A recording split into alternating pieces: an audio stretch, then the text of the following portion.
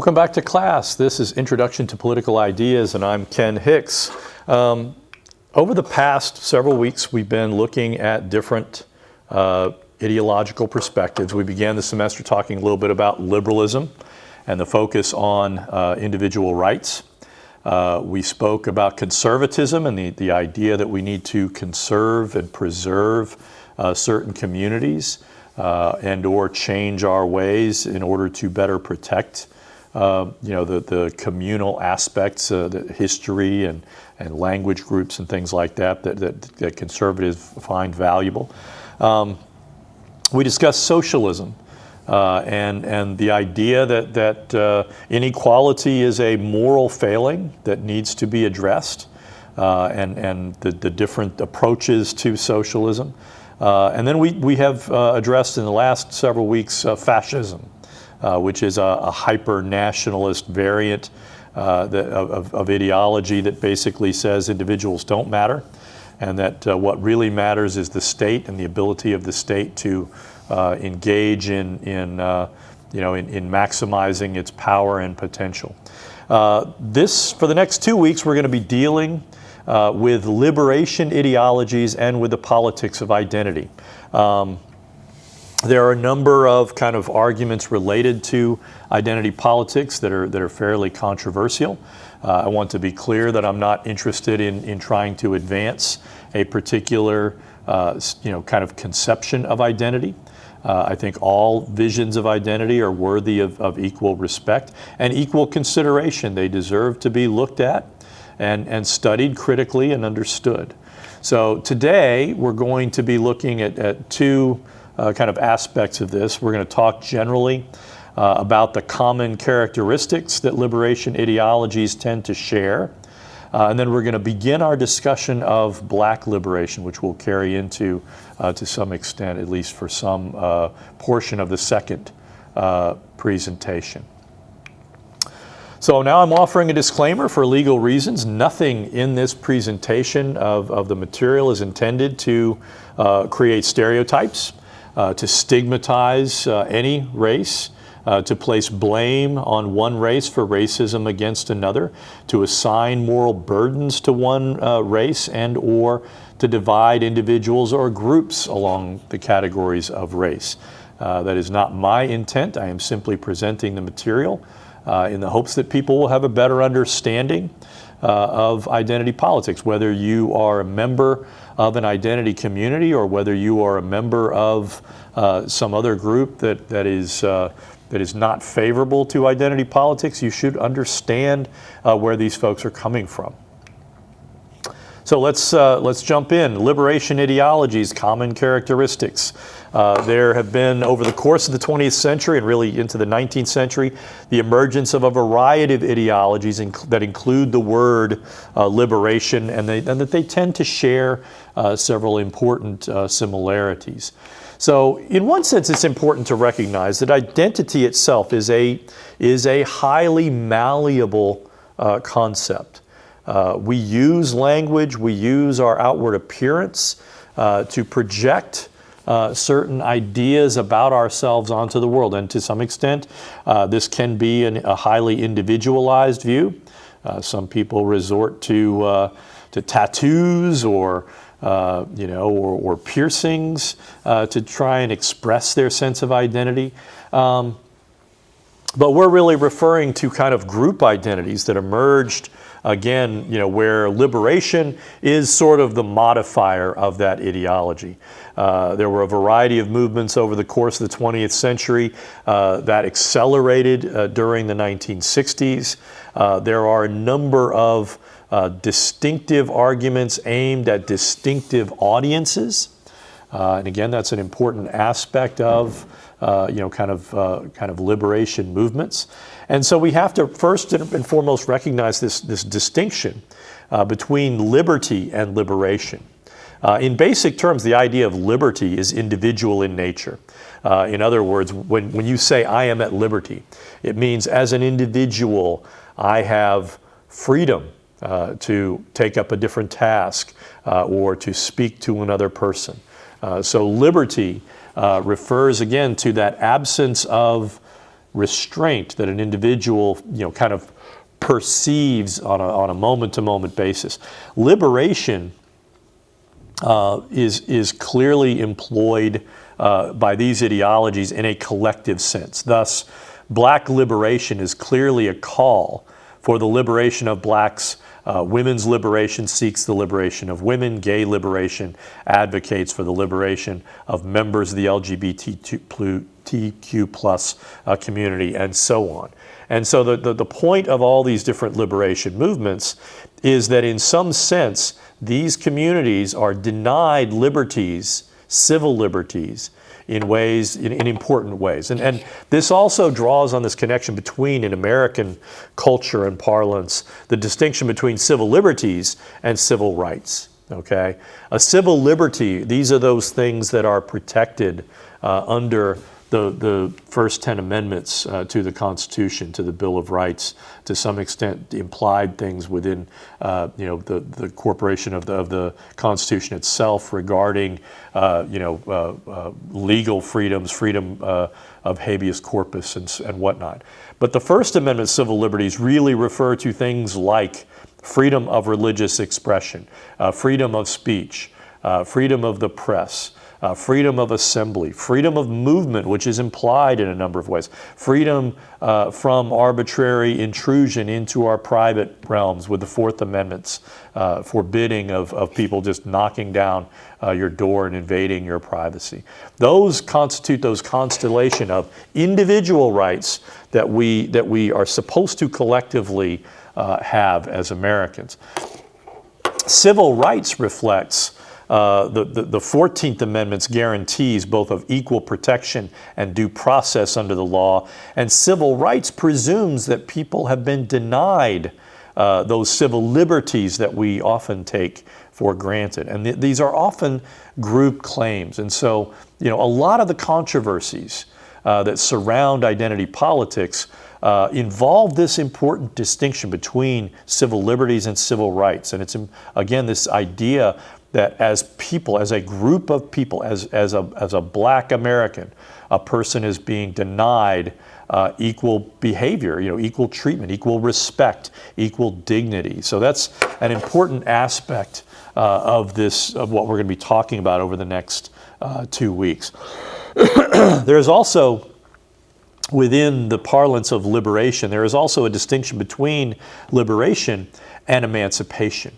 Okay? Emancipation focuses on the removal of a specific prior restraint, while liberation, again, is the broader process of gaining freedom. And so, again, we talk about, the emancipation of the slaves with the 13th Amendment. That didn't do away with all the problems that confronted black Americans as they transitioned from a condition of servitude to a condition of quote unquote freedom.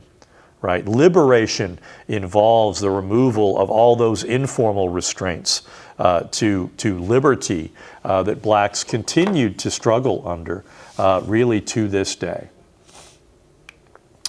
So it's important to recognize that there are certain kind of common features that are reflected in all liberation ideologies. Ideologies of all varieties stress the importance of liberty of some sort. We talked about fascism last week, and from within the fascist paradigm, freedom for the individual is the freedom to serve, as a drone of the state, right? As simply a person who has subverted their will to the broader needs of the nation. Most liberation ideologies are extensions or amendments of either liberalism or socialism. And to that extent, they can also be, more or less democratic in the things that they want. And we'll talk more about that when we dive into some of these ideologies. So liberation ideologies seek emancipation from forms of oppression and domination that earlier ideologies often omitted from their narrative. And this is often, pointed to within liberalism, where, for example, the focus on individual rights and legal status oftentimes meant that people lacking legal status, liberalism was simply indifferent to their concerns. Likewise with socialism, even as they called for equality, they oftentimes engaged in behaviors that subordinated women in really kind of obvious ways.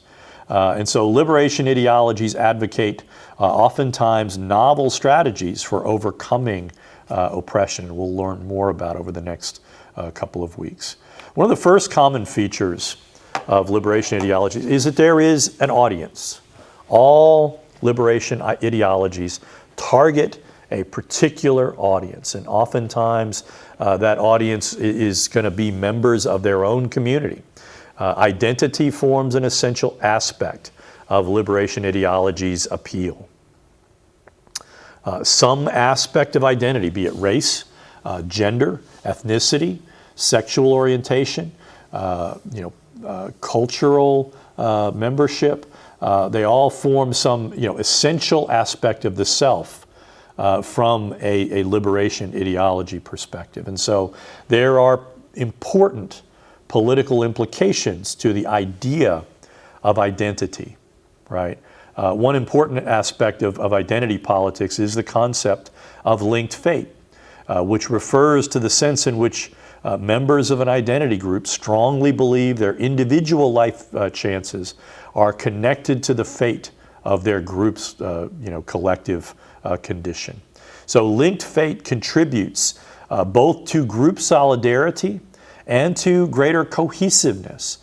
Historically, groups with a strong sense of linked fate have been more hierarchically organized politically. This is certainly true of Black Americans, for example.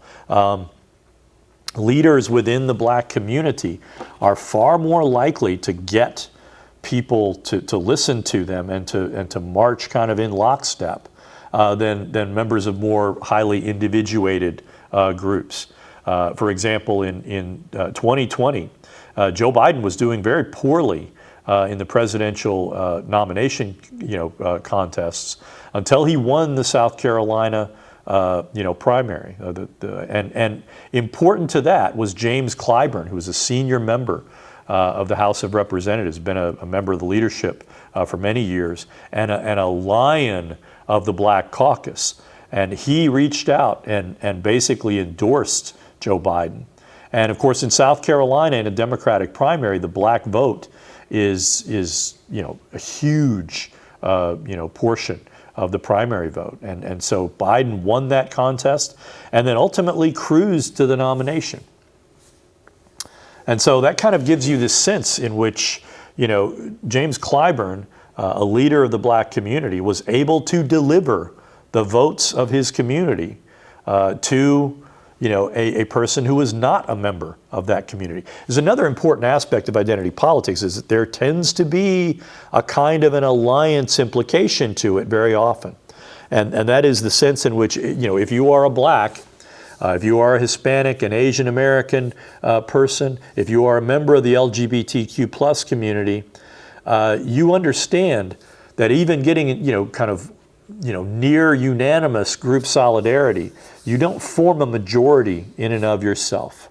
And so there is an innately coalitional aspect of a great deal of identity politics, this recognition that they need allies in order to be able to achieve anything politically. That's somewhat left, when you think about white identity or when you think about women's identity, women's liberation. Women do form a bare majority of the population of most political communities. However, women are oftentimes very factionalized, right? There are innate differences in socioeconomic conditions for a lot of women, and so they rarely speak with one voice. A lot of people thought in 2016 when Hillary Rodham Clinton won the Democratic nomination for president, that she had probably the best chance that any woman has had up to that point in winning election. And ultimately she didn't. And I would make the argument that a significant part of that reason is that a lot of independent women and a lot of conservative women a lot of people thought that because of linked fate, they would join with Hillary Clinton's campaign and make her the first president.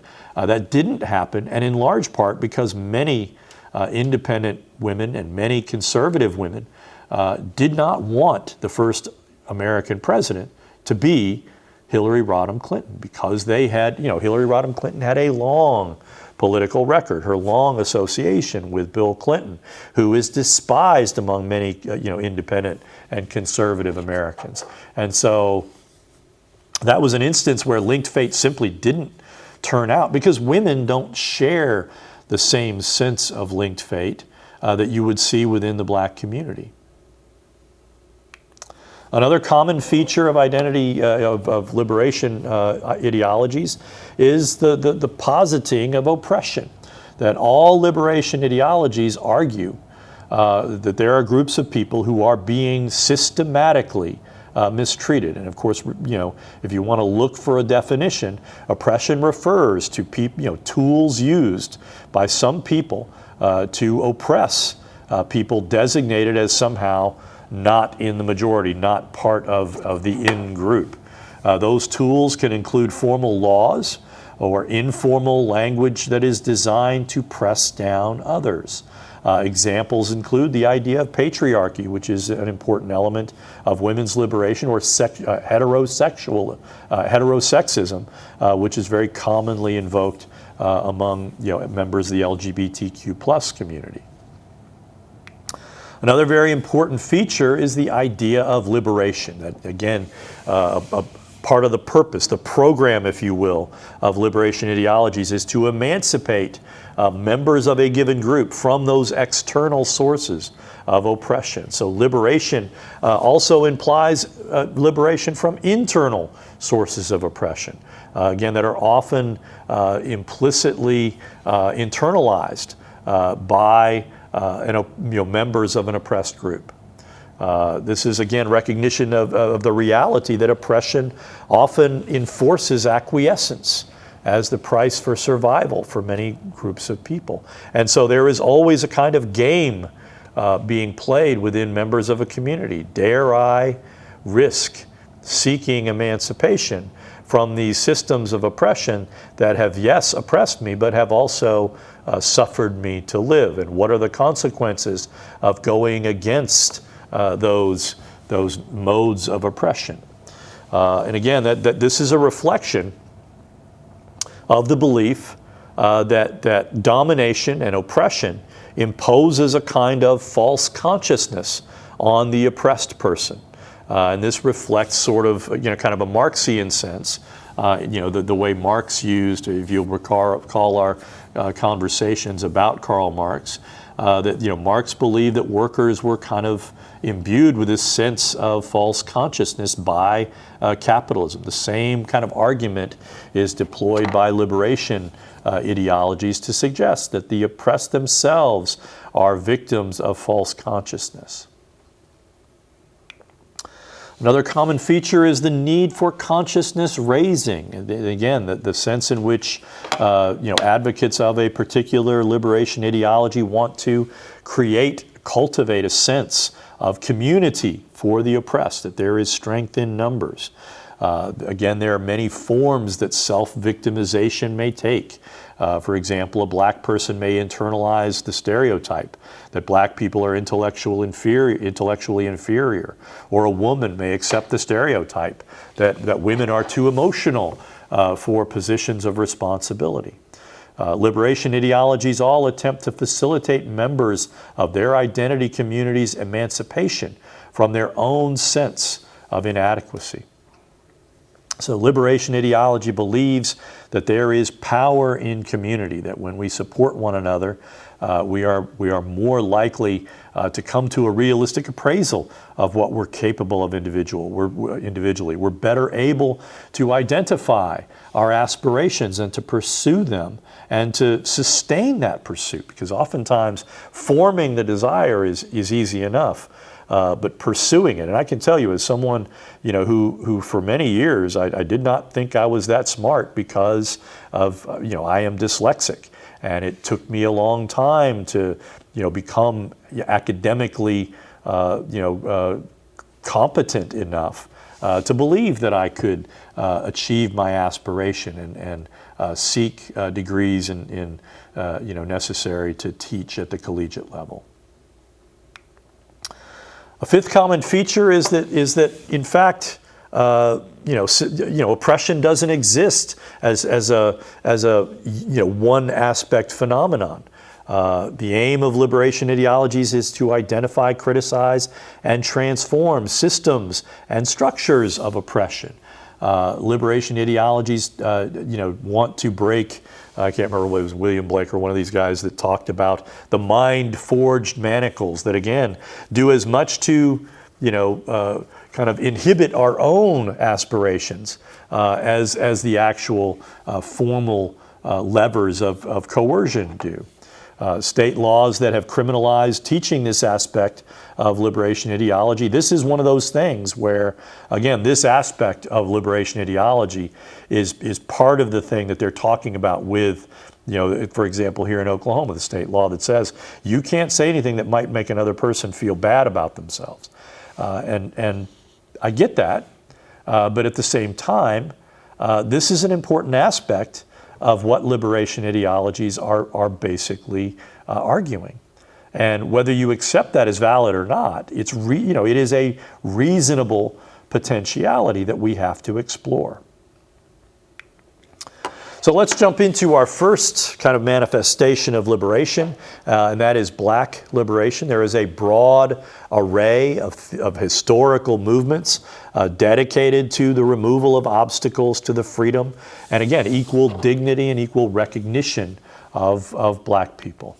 So what are the obstacles to black liberation? First and foremost, again, for black liberationists, the argument is that there is persistent, to this day, widespread and pervasive racism that actually undermines blacks' ability to pursue their own life goals.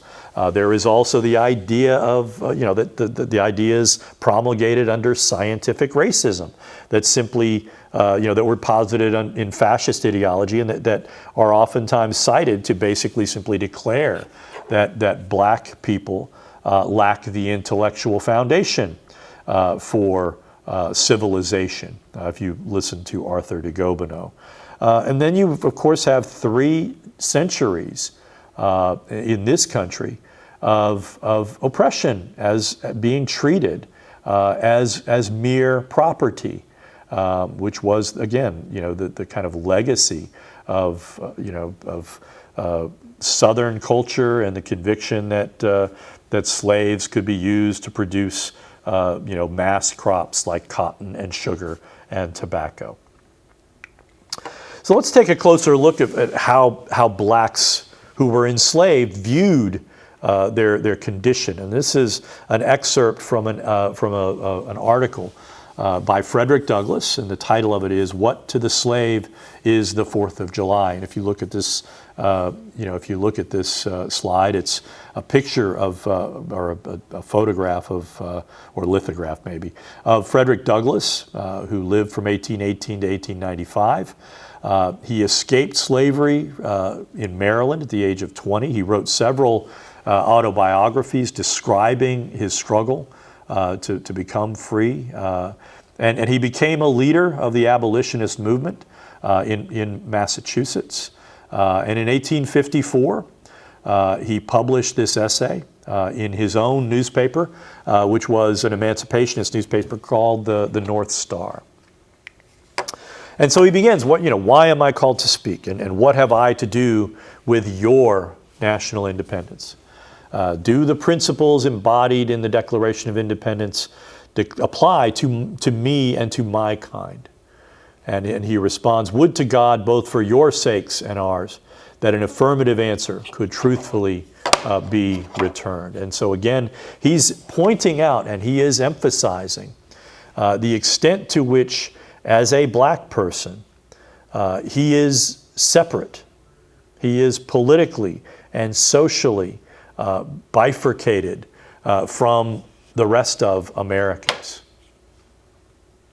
And he says, but such is not the case. The blessings in which you this day rejoice are not enjoyed in common. This 4th of July is yours, not mine. You may rejoice. I must mourn. Fellow citizens, above your national tumultuous joy, I hear the mournful cries, the mournful wails of millions. And again, he is pointing out to the sense in which, again, as a man who very clearly knew, he experienced slavery. He had been beaten repeatedly by a man who was hired to break him as someone who was considered to be rebellious, and who, as a man who, upon his escape, demonstrated his intellectual capabilities. And so again, he is pointing out the implicit irony of claiming the 4th of July as this national holiday, but it certainly isn't for those millions of slaves who are held as property throughout the states of the South. And so he takes up the subject of American slavery. And he basically says, I see the 4th of July through the eyes of a slave. For the slave, the character and conduct of this nation never looked blacker. America is false to its past, false to its present, and solemnly binds herself to be false to the future. And again, he is pointing to, for example, the Declaration of Independence, who said, which declares to be a self-evident truth that all people are endowed by their Creator with a right to life, liberty, and the pursuit of happiness, which is a cribbing from John Locke, who said it was life, liberty, and property. Wonder why Thomas Jefferson changed that last part of the pursuit to happiness. But in any event, Douglass would say, I have no right. I have no right to pursue happiness. I have no right to life or to liberty. And for America to proclaim this right and to celebrate it while millions of people like Frederick Douglass are being held in chains strikes him as hypocritical. He speaks about the critics of abolitionism, that they should persuade more and denounce less. And Douglass says, what is the point of argument? Must I undertake to prove that the slave is a man? Slave owners acknowledge it when they punish the disobedience on the part of the slave. Douglass notes there are 72 crimes in the state of Virginia which, if committed by a black man, no matter how ignorant he be, subject him to the punishment of death, while only 2 of the same crimes will subject a white man to the same punishment. And so the fact that all the states of the South had all these legal applications to which blacks were subject to summary judgment. There were no trials for blacks who broke those laws. They were simply killed, oftentimes on the spot. And a white man could kill a slave that he owned with impunity. He argues that it's clear that that the Negro is of equal humanity. There is a long list that he puts. We blacksmith for you. We do all this. We till the fields for you. We do all these things that all these tasks to which we are put and to which we competently perform. Must the slave argue for the rightful ownership of their own bodies? What, am I to argue that it is wrong to make men brutes, to rob them of their liberty, to work them without wages? And he continues to go on and describe the things that the effect of slavery on black people. Do I even have to argue that? He rejects the idea that was actually something that goes all the way back to the ancient Greeks and Aristotle. Basically, Aristotle said slavery exists. It has always existed. Therefore, it is a legitimate institution. Aristotle basically used that to make the argument that some people are by their natures destined for servitude. Douglass rejects that argument and basically says that which is inhuman cannot be divine. That he's basically arguing that Aristotle was making an error in judgment and in logic. Who can reason with such a proposition? They that can may, I cannot. The time for such argument is past. For someone like Frederick Douglass, it was no longer an acceptable point. It was no longer something subject for debate or argumentation. He would basically say anyone who is arguing that black people have no humanity, I have no point in arguing with them, because it is an argument inevitably from bad faith. And so Frederick Douglass in 1854, 6 years prior to the onset of the Civil War, is not calling for light but fire. What to the American slave is your 4th of July? I answer, a day that reveals to him more than all other days of the year, the gross injustice and cruelty to which he is the constant victim. Despite the dark picture Douglass presents, he says, I do not despair of this country. Changes in the human affairs have made the peculiar institutions like slavery every year harder to justify and to maintain. And so he ends with this kind of note. He spends a great deal of time basically condemning the institution of slavery. And then he basically says, but we can be better. And so what was the actual experience of blacks after the Civil War? And we'll talk more about this when we get to another reading from Ta-Nehisi Coates. The preservation of the Union and the subsequent constitutional amendments that ended slavery did not really end the oppression of American blacks. It's very important to keep in mind that even as we were stripping down the legal infrastructure of slavery, Southerners were very equally with equal energy erecting informal kind of means of oppressing blacks. So let's talk a minute about the Civil War amendments and the significance of these 3 amendments. We've really only had 2 real bouts of significant revision of the Constitution. The first one, this Civil War Amendment period, and then which lasted about 5 years, and then about a 7-year period in the Progressive era, where again we've amended the Constitution 4 separate times.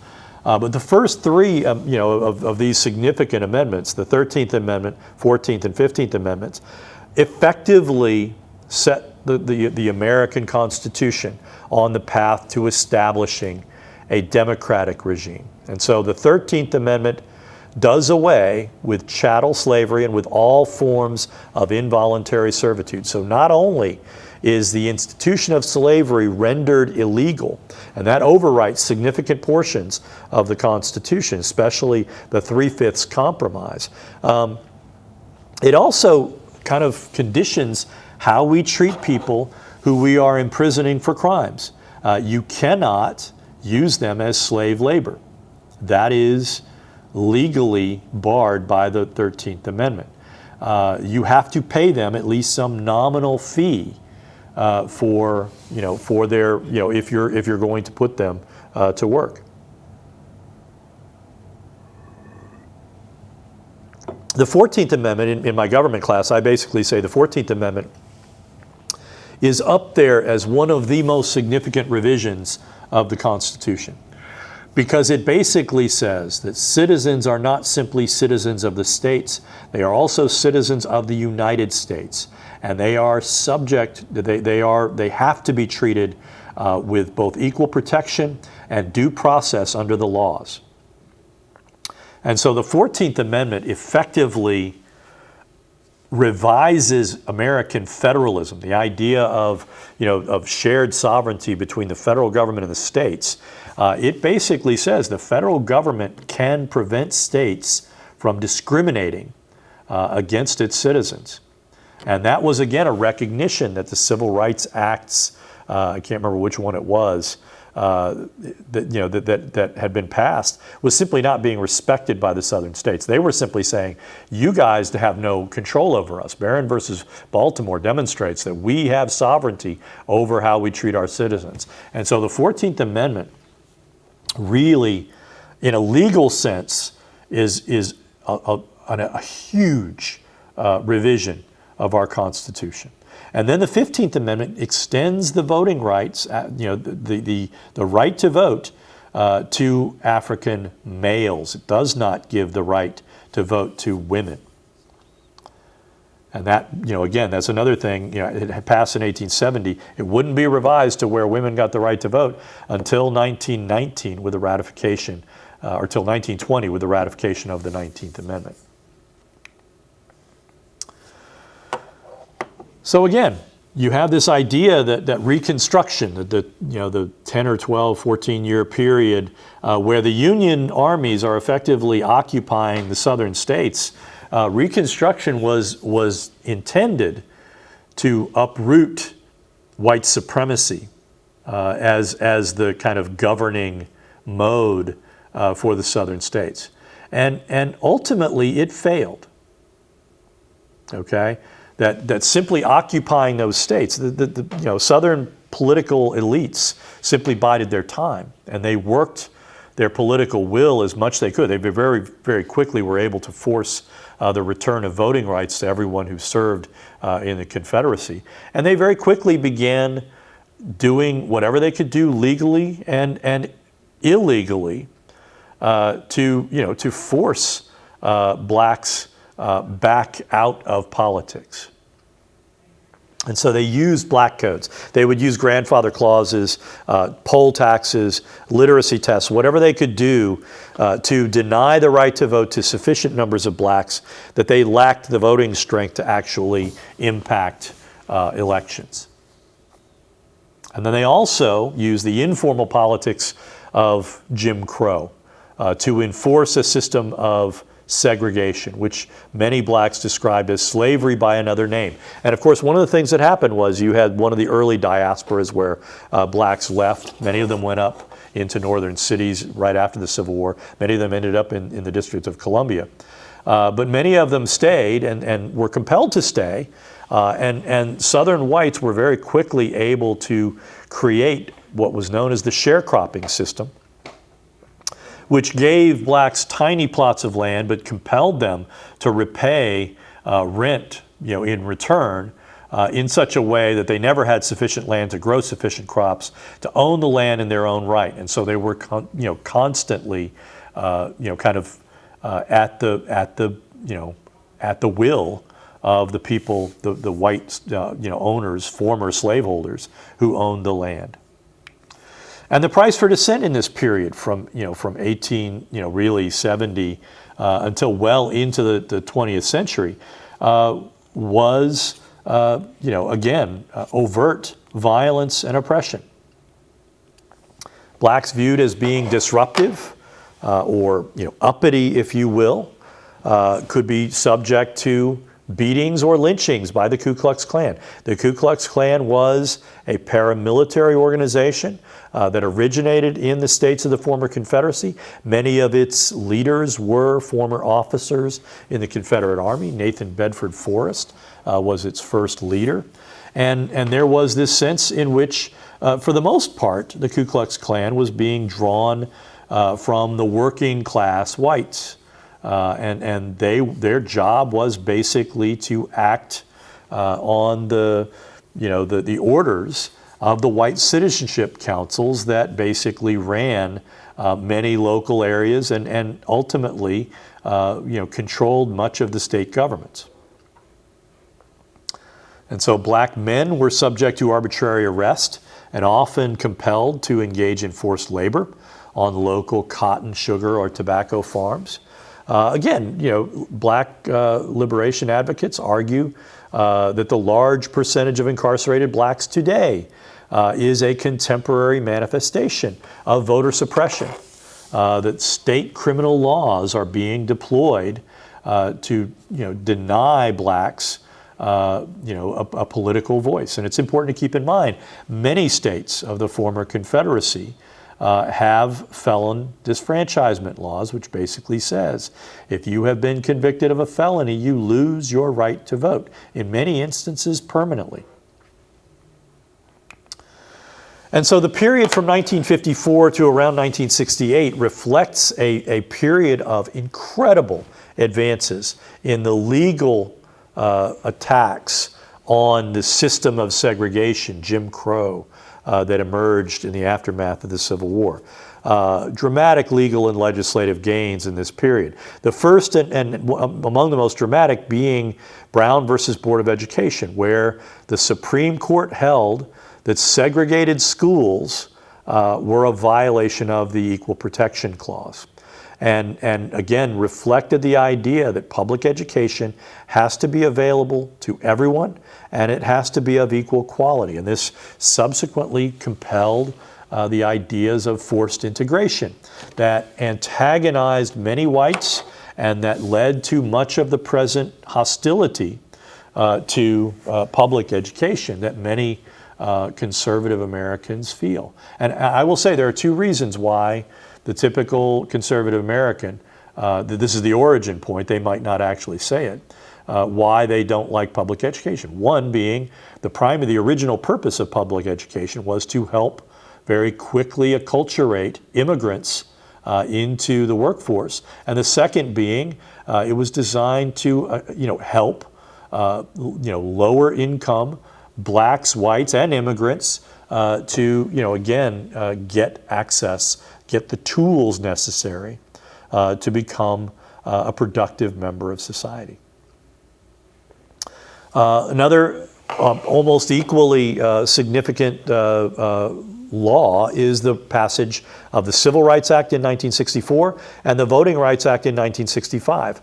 The Civil Rights Act, again, bans overt acts of discrimination, state laws that basically enabled private businesses to refuse service to blacks.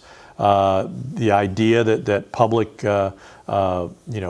public resources, again, like access to a fountain or something like that they couldn't be separated, that access to public transit had to be equal. The Voting Rights Act, again, banned many of the strategies that Southern states used to suppress the votes of blacks. And then the Fair Housing Act of 1968 banned redlining, which was one of the practices that was widely used within the real estate industry to basically enforce segregation. You could lose your real estate license if you sold a house in a white neighborhood to a black family. And that was one of the things that the Fair Housing Act was intended to try and prevent. All of these things reflect attempts to basically say to society that the system of oppression that is being employed to keep blacks in a subservient position are now not allowed. Since 1968, you have had steady erosion of many of those legal achievements. You have seen steady erosion of key provisions of the Voting Rights Act, beginning in 2013 in Shelby County versus Holder, which invalidated two key provisions of the Voting Rights Act. In a 5-4 decision, the Supreme Court struck down Section 4B of the Voting Rights Act, which required pre-clearance, which shifted the burden of proof to electoral districts that wanted to change their eligibility laws to prove that they were not discriminatory. So while Section 4 was not invalidated, the removal of the pre-clearance requirement effectively stripped any enforcement mechanisms. And studies have shown that certain states began engaging in voter suppression efforts almost immediately, and those efforts have been increasingly effective, oftentimes reducing voter turnout in targeted minority groups by upwards of 2%. And I would also note that the Supreme Court is hearing a case about the remainder of the Voting Rights Act that is, again, going to further gut, the enforcement ability of the Voting Rights Act. And again, it's important to keep in mind, if you see a Southern a Democratic member of a Southern delegation, it is almost certainly because the state had to create a district it was called an opportunity district, where black communities were the majority in that district. And that is one way that they have been compelled to give some representation to blacks. In many states, I want to say in Louisiana, the black population is almost 1/3 of the population. And they have been suing to make sure that they had, they could at least get 1/3 of the federal representation. The most overt form of oppression is police brutality, from Rodney King's beating. And keep in mind, police have been engaged in acts of extreme brutality aimed at black populations, going back to the organization of formal police forces in the United States. But from the Rodney King beating, which, again, what is unique about the Rodney King beating is that it was videotaped, to George Floyd's killing, police-involved killings of unarmed black men and women is really long. There are highly publicized incidents that include Michael Brown, an unarmed black man shot by a police officer in Ferguson, Missouri in 2014. The shooting death of a 12-year-old Tamir Rice, who was killed by Cleveland police in 2014. This was, again, a 12-year-old kid who was brandishing a pellet gun around. And police rolled up right to him, opened their doors, and just opened fire on him. They first and foremost put themselves in a position of harm. They could have observed him for a few minutes from a block away to determine what the extent of the threat was. Instead, they rolled up like it was a threat to public safety, and they just filled him. They just shot him up.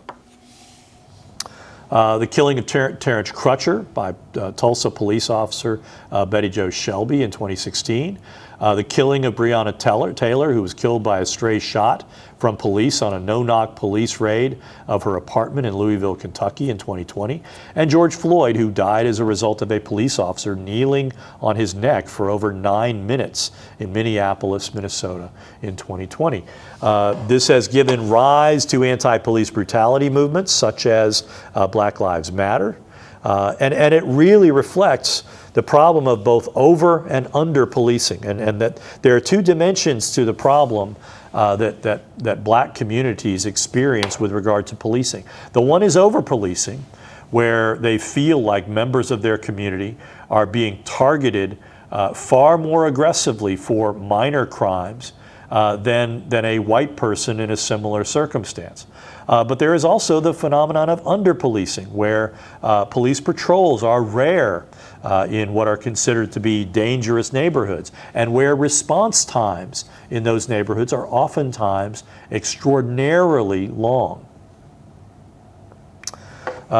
You have had in recent years black social protests. Again, black students on predominantly white campuses, colleges and universities have frequently complained about implicit and explicit discrimination. In 2015, you had student protests over racial discrimination. The University of Missouri football team threatened to not play if there were not changes that led to the resignation of the University of Missouri's president.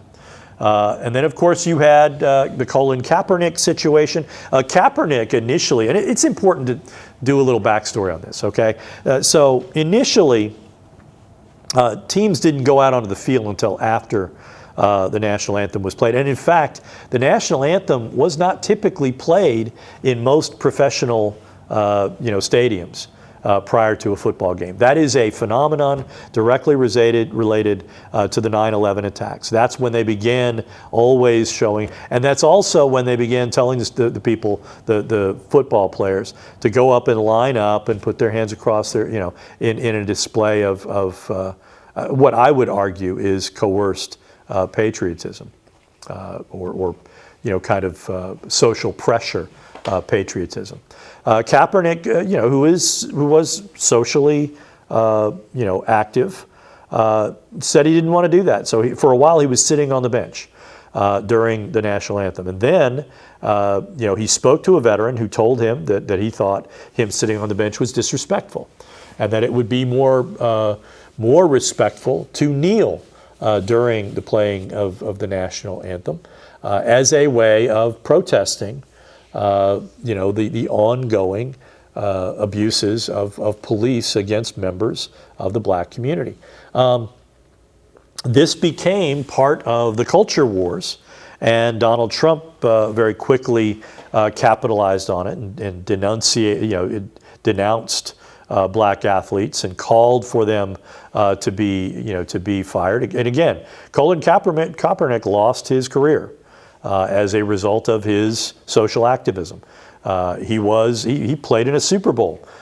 He was, by all accounts, a quality quarterback. He was, according to the San Francisco 49ers, a franchise quarterback. He could not get a job after being cut by the 49ers. And so you can make the argument, again, that individual and institutional racism is a persistent feature. It hasn't gone away. We haven't gotten to the point where we forget issues like the color of people's skin. And so let's wind back a little bit for a moment, and we'll talk a little bit about different approaches to black liberation. There have been significant tactical disagreements over how to seek out equal rights and equal recognition.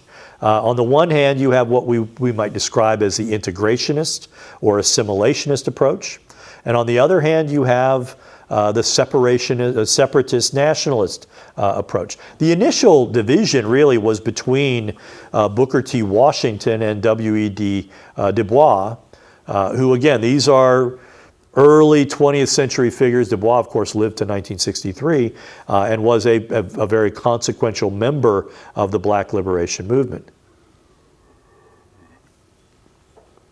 He's actually pictured on this slide. He's the first black man to earn a doctorate from Harvard.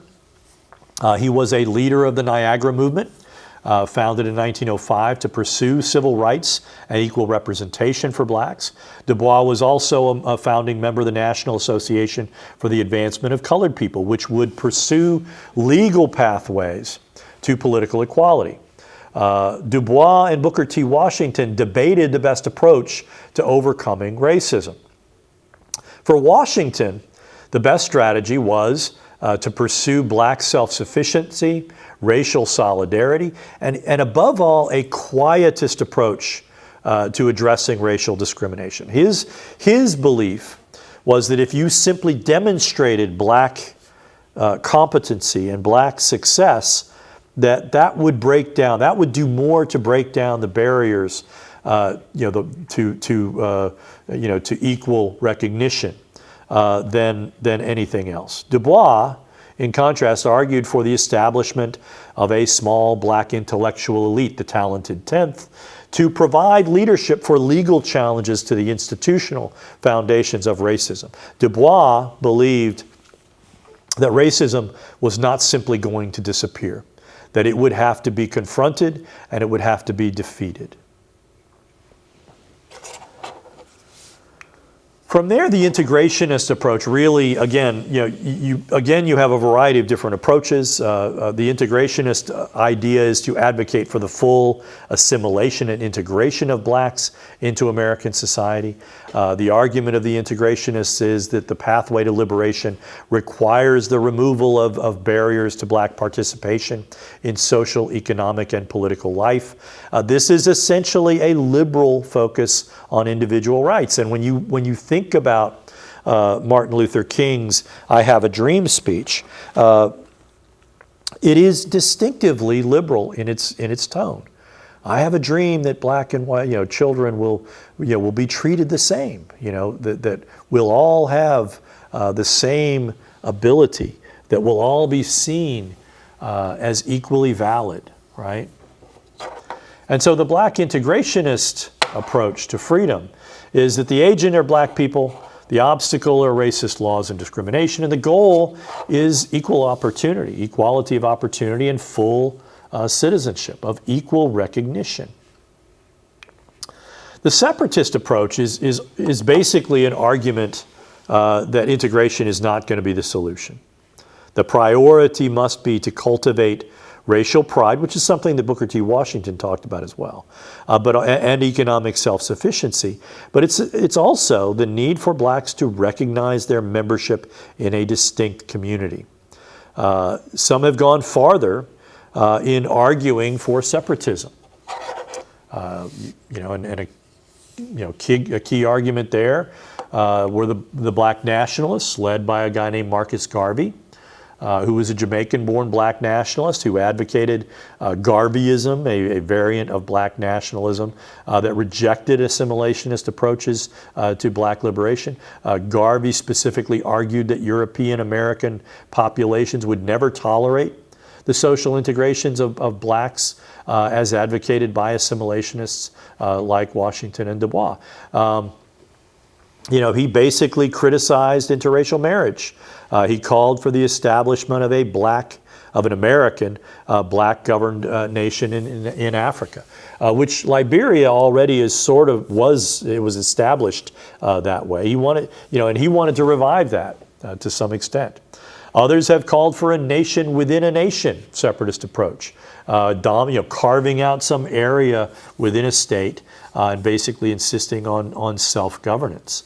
And again, you've seen that's the argument about converting some portion of the United States into black-governed territories. The difficulties inherent in that have often, really have rendered the black nationalist argument relatively, kind of impotent. It's a relatively small player in our dialogue today. An important aspect of black liberation, again, is this idea that we need to confront self-imposed, is that blacks themselves need to confront self-imposed discrimination. Numerous black artists, writers, and scholars have pointed to the racism that lodges inside and warps the psyche of black people. Maya Angelou's I Know Why the Caged Bird Sings, Toni Morrison's The Bluest Eye, the work of Langston Hughes. All of these reflect this idea that stereotypes and overt discrimination undermines black people's sense of self-worth and robs them of dignity, of what dignity they might even have. And one coping mechanism is the attempt to pass as white or to adopt white tastes in music, food, clothing, or friends. It was very popular in the late 50s and early 60s for blacks to straighten their hair, as a way of appearing more white. Some black folks have tried bleaching their skin to appear to be, more white. One of what was his name? I'll let that pass for a minute. Maybe come back to it later. This creates a double consciousness. Du Bois, for example, has a characterization of black folks as having an image of themselves while being forced to view themselves through the lens of biased white perceptions. Again, black writers have often pointed to this double consciousness as a source of double rage, hatred not only of one's oppressors, but also of one's self and one's race. And this produces the problem of what is known as sublimation, which is a psychological term that references a process in which a person suppresses emotions without reconciling them. And by not dealing with them, that oftentimes causes that anger to surface in self-destructive ways, or by resorting to drug use or alcohol abuse as a mode of self-medication. One famous kind of exploration of this is Frantz Fanon's Black Skins, White Masks, written in 1952. He was an Algerian psychoanalyst who examined the futility of black Africans who attempted to adopt white European attitudes and values. And for Fanon, the argument was that no matter how hard they try, the result is a kind of unrequited love, giving rise, again, to self-destructive behavior. And so for Fanon in 1952, the only way out for black people was to break out of their mental imprisonment that is imposed by, again, this perception of whiteness. And in his last book, prior to his death from leukemia, he wrote the book called The Wretched of the Earth, in which he basically argued that decolonization is going to inevitably be a violent process, and violence was likely to be an essential aspect of the rebellious natives throwing off the colonial yoke.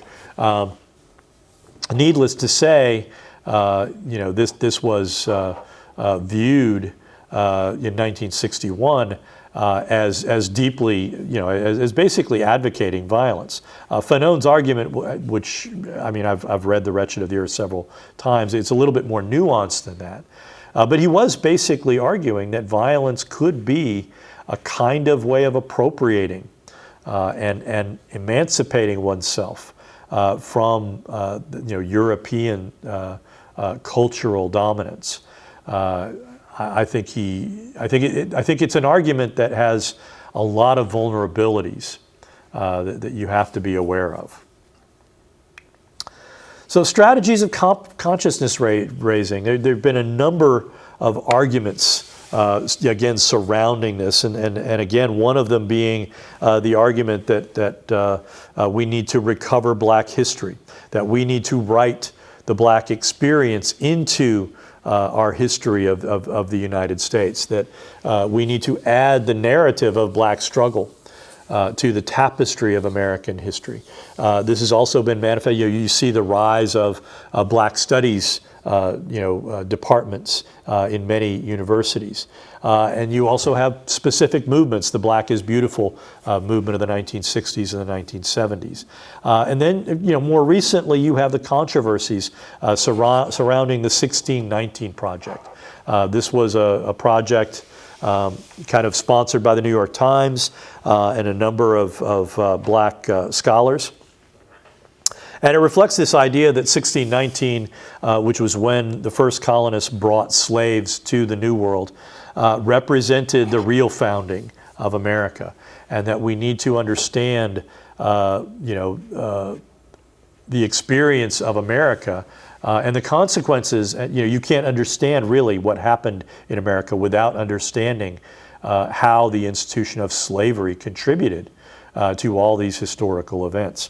I think it was an interesting project. Again, I have read Project 1619. There are aspects of the history that highly respected historians have found problematical. There are many aspects of that project that were lauded, and that some people saw it as a useful corrective. Others looked at it and said that they thought that it was useful, but a bit of an overcorrective. That if you view all American historical events through the lens of slavery, you are engaging in an equally distorting act. And so, again, an important part of black liberation is the idea that setting aside racism can be as liberating for the oppressors as it is for the oppressed. That liberation from racist beliefs frees prisoner and jailer alike. That whites cannot be free when they are trapped by the refusal to acknowledge the equal dignity of blacks. Martin Luther King invoked Hegel's parable of the master and slave, again, if you remember our conversations on socialism, to highlight this argument. At a luncheon celebrating the founding of the Gandhi Society for Human Rights in Washington, D.C. in 1962, King drew on that metaphor of the master and slave, arguing, many white Southern leaders are pathetically trapped by their own devices. They know that the perpetuation of this archaic, dying order of racist segregation was hindering the rapid growth of the South. yet they cannot speak the truth. They are imprisoned by their own lies.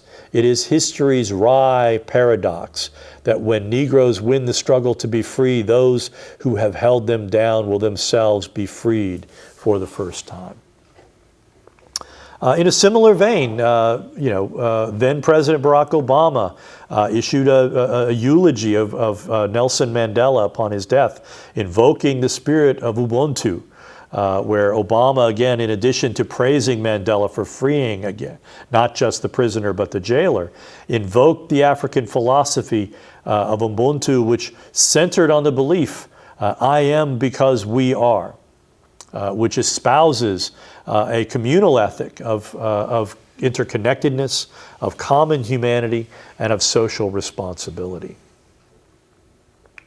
And so it's important to recognize, first and foremost, that we have made significant advances in overcoming the systemic racism that characterized the United States for a good portion of our history. A lot of people looked at Barack Obama's 2008 presidential election as an important milestone. Many blacks said, this is a first. And it's not an accident that Barack Obama, I think, got close to 95% of the black vote in 2008 and got a similar proportion of the vote in 2012 when he won re-election. But it's also, I think, common, and I think polling demonstrates that a significant number of Americans look at Barack Obama as a uniquely divisive figure. Many of these folks point to Barack Obama as being the point at which a lot of cultural hyperpolarization really began. And what that reflects to me is that a significant number of white Americans rejected the idea that a black man could serve or should serve as president of the United States. And so without Obama, there almost certainly would not have been a Donald Trump. So in many respects, informal segregation is persistent. The formal, kind of de jure discrimination in law has largely been overwritten and basically prevented.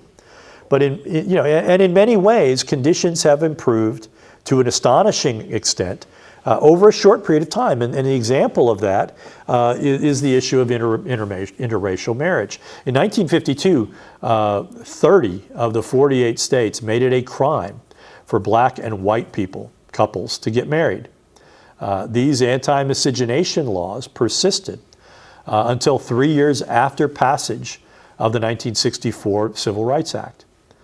The Supreme Court, in its landmark case Loving v. Virginia, 1967, I was alive when that was handed down, struck down bans on interracial marriage, with Chief Justice Earl Warren finding that such laws violated the 14th Amendment's equal protection and due process clauses. Warren, writing for a unanimous court, concluded that marriage is one of the basic civil rights of man, fundamental to our very existence and survival. To deny this fundamental freedom on so unsupportable a basis as the racial classifications embodied in these statutes, classifications so directly subversive of the principle of equality at the heart of the 14th Amendment, is surely to deprive all the state's citizens of liberty without due process of law. Nevertheless, it is important to recognize that racism is sticky, and that's an economic term that basically is saying that once something like higher prices or racism has been introduced into society, it is very hard to get rid of. That is why Martin Luther King, in the last years of his life, began to make the argument, not only do we need respect for our civil liberties, equal dignity, we also need equal, economic rights. You also had Barack Obama's very complex tightrope with black critics. On the one hand, he rejected the idea that there had been little to no progress in achieving equality, and that his nomination in 2008 was proof of significant change. But on the other hand, he also conceded that more work was required if Black Americans were going to have the same economic opportunities as whites. And so we have measurable indications that blacks are still not subject to equal respect. Blacks continue to have measurably shorter life expectancies. Fewer blacks graduate from high school and college. Blacks are twice as likely to be unemployed. The persistence of illegal redlining practices denies blacks access to the same quality of housing as whites. 1 in 9 black men aged 20 to 34 have either served in prison or are currently serving prison sentences. Evidence in many people's views of over-policing. And 25 states still have felony disfranchisement laws, and most of those states are in the former states of the Confederacy, where large black populations still live. So I'm going to close on that note. When we come back, we are going to continue our discussion of black liberation. We're going to begin with an essay by a contemporary black author and journalist by the name of Ta-Nehisi Coates called The Case for Reparations. And so, again, it's an argument embedded in the idea that racism is a persistent phenomenon. It's very difficult to overcome. Ta-Nehisi Coates is making an argument that we should at least have a discussion about it. I'll see you next time.